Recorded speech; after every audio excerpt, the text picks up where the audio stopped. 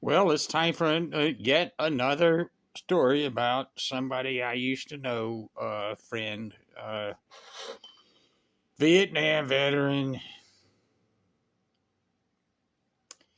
Bill Coleman. I met Bill back in 1987, and he told me his story of how he got involved in Vietnam.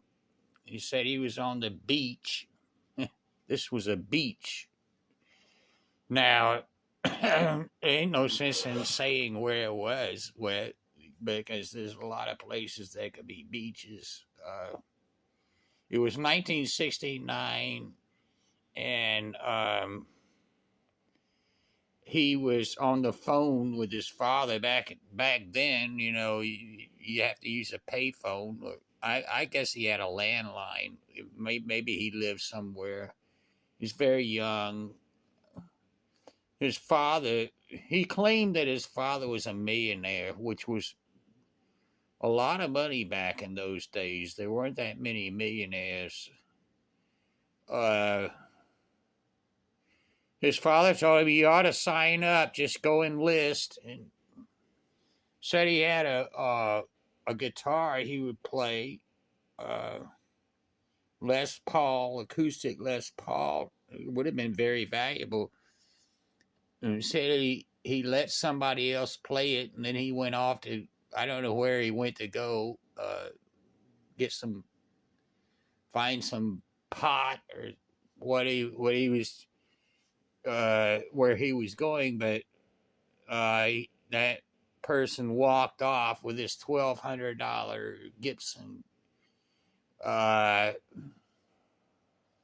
he wound up going over to Vietnam, and yet another casualty. So fast forward from 1969 to 1987, when Bill and it could have been, it was early 1987. Okay, so we met at this place,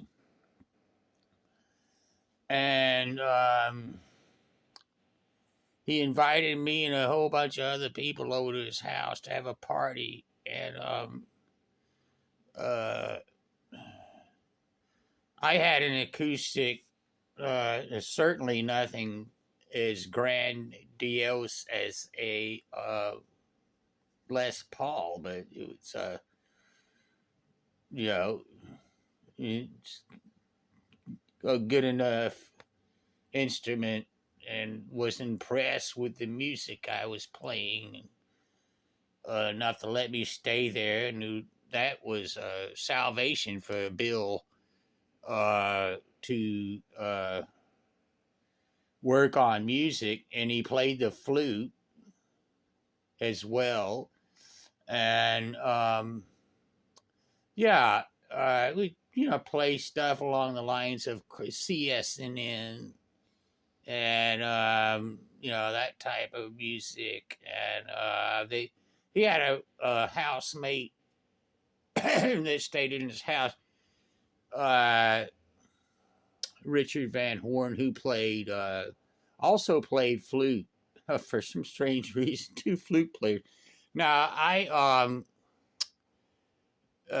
don't really think there's not a whole lot of music you can do with flutes, but that's the best we could do. And so we started up an act, and we go this one club in particular. They kept kicking us out, but it was just kind of funny.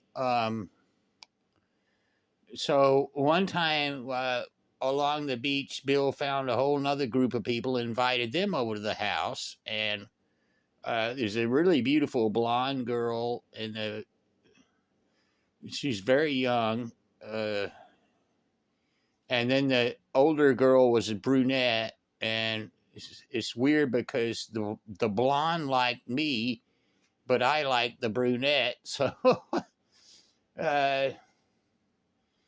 and the brunette had baggage, couple of kids.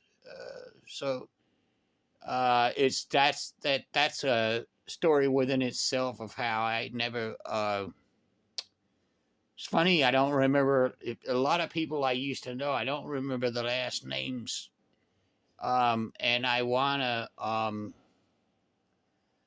yeah, not focus on that kind of stuff right now. But another person he met was this guy who was about 7 feet tall, and Bill had decided he was going to take him over to where the bouncers at the club, and then just give them a taste of their own medicine. And he took his 7 foot tall friend over to the place, and it came back saying, "Oh, you should have seen this. Dan held that guy up, lifted him off the ground, 3 feet off the ground, and held him by his neck and said, 'You're never going to kick those guys out again.'" Something like that. It's like really funny. It's just really hilarious thinking back. Those were happy days. But we were surviving on, we would drink beer and tater tots that we would, I don't, maybe they had, yeah, they had microwaves back then. And eggs. He had a bunch of hens in his backyard, and we'd find lots and lots of eggs. He would collect them in the mornings. That was at least something happy he'd done, but he was just so tormented. He was in love with a girl, a real pretty blonde, that he kept referring to her as the May Queen, and he had smashed his. I don't know how he broke the glass, but he smashed his arm through her sliding glass door and cut. There was this enormous cut from his wrist all the way to this elbow, and you could tell it was gangrenous. And back then there was no medical care to speak of, and it just wouldn't heal because we wouldn't stop drinking. None of us would. Oh, it was just a bunch of people just trying to live frugally, very young. Most of us were just too young to know how to do anything, and but he couldn't sleep. He had trouble sleeping because he remembered when he was in Vietnam that if they were to light up a cigarette, the enemy would see him,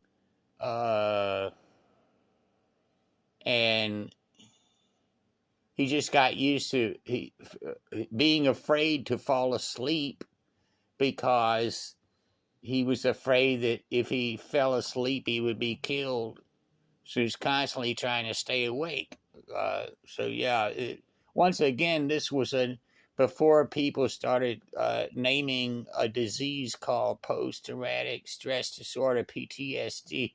He was one of the people that he suffered from that, and his life it basically was ruined.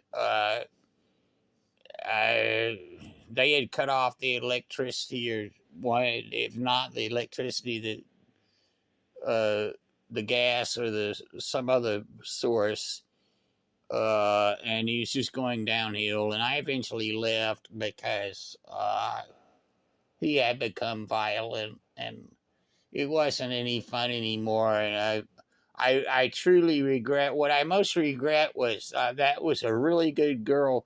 She would have been a good wife. We should have kept up the blonde, the 17-year-old. Well, it's just very sad. But this is about Bill. And you know that some of these people, there's no documentation that they're actually dead, but they'd be surely by now getting around 100 years old or more. So I'm just assuming. So I don't want to talk shit about people that are, you know, it could possibly be alive, but I always try to put him in a good light. So that was this guy. I put him in a good light, you know, because he was a friend. He opened up his home to us. So, all right, I gotta go. Bye.